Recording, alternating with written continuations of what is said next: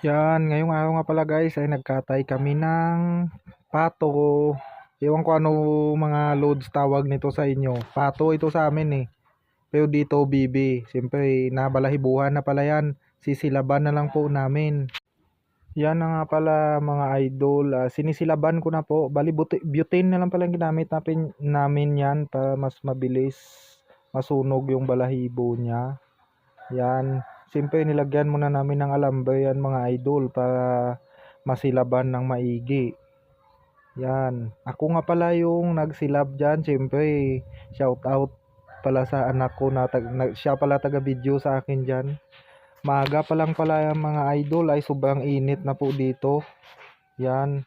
Tara samahan nyo ako mga idol. Lilinisin natin.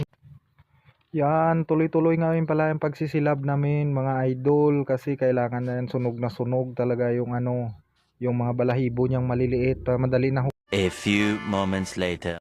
Yan, natapos na nga pala namin silaban mga idol yung bibe o pato. Siyempre nagbomba na ako dyan, nilagyan ko pala ng tubig yung planggana at kuskusin na namin yung para malinisan na din. Kumuha na ngayon pala ako ng dahon ng papaya. Pampatanggal lang din pala yan mga tol, mga idol ng langsa. Siyempre patanggal na rin yung mga balahibo dyan na nasunog kanina. Yan, in-slice na nga para din namin mga idol. Siyempre dalawa kami nag-i-slice dyan para madali matapos.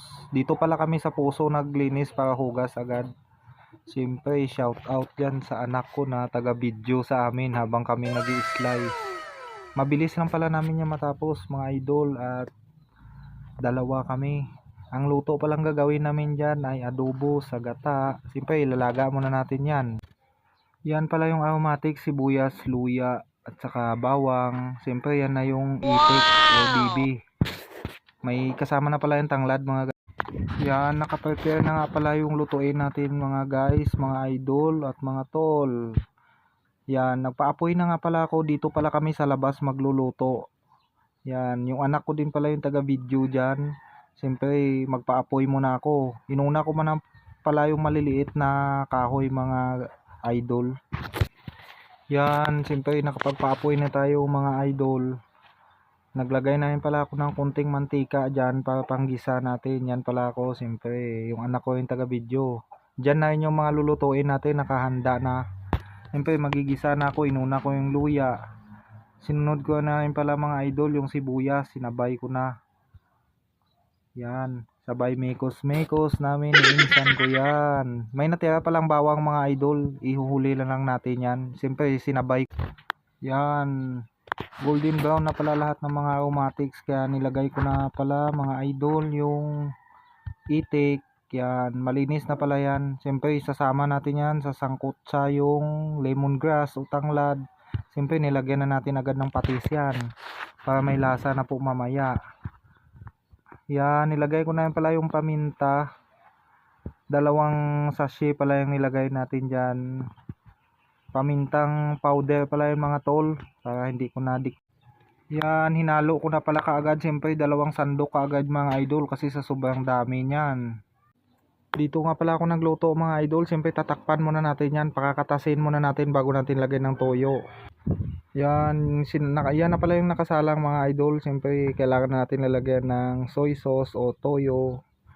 Bubuksan ko na nga pala yung mga idol. Siyempre ilalagay ko agad yun. Bali mayroon pa pala akong extra na dyan, toyo, yung maliit. Siyempre pasaktuhan yung timpla. Yan. Yan, habang nakasala nga pala yung niluluto ko mga tol. Siyempre nagbalat muna ako dyan. Isang nyug lang pala yan nakuha namin. Yan, ito na nga pala yung nyug namin mga idol. Kinayod ko na, nag-iisa lang pala yan. Dadagdagan na lang namin yan mamaya yung nakapak na gata. Siyempre dyan na ako sa mababa kasi marami po manok. Yan na pala yung nyug natin mga idol. Nag-iisa lang pala yan. Siyempre naghugas ako ng kamay bago ko yan nilamas-lamas para lumabas pala yung gata niya mga idol. Meanwhile, yan, chinek ko nga pala mga idol yung aking niluluto. Yan, hinalo-halo ko lang pala kasi para mapailalim din yung nasa ibabaw. Siyempre dalawang sandok yung gamit natin dyan. 1 hour later. Yan, malambot na nga pala yan mga idol yung niluluto natin. After 1 hour and 30 minutes. Okay na. Yan, nilagay ko na yung gata pala. Yan yung sa sachet nilagay na rin.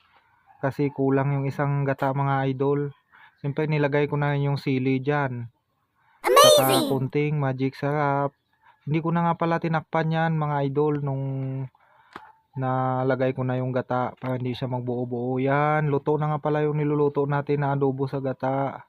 Siyempre shoutout to all followers and viewers pala.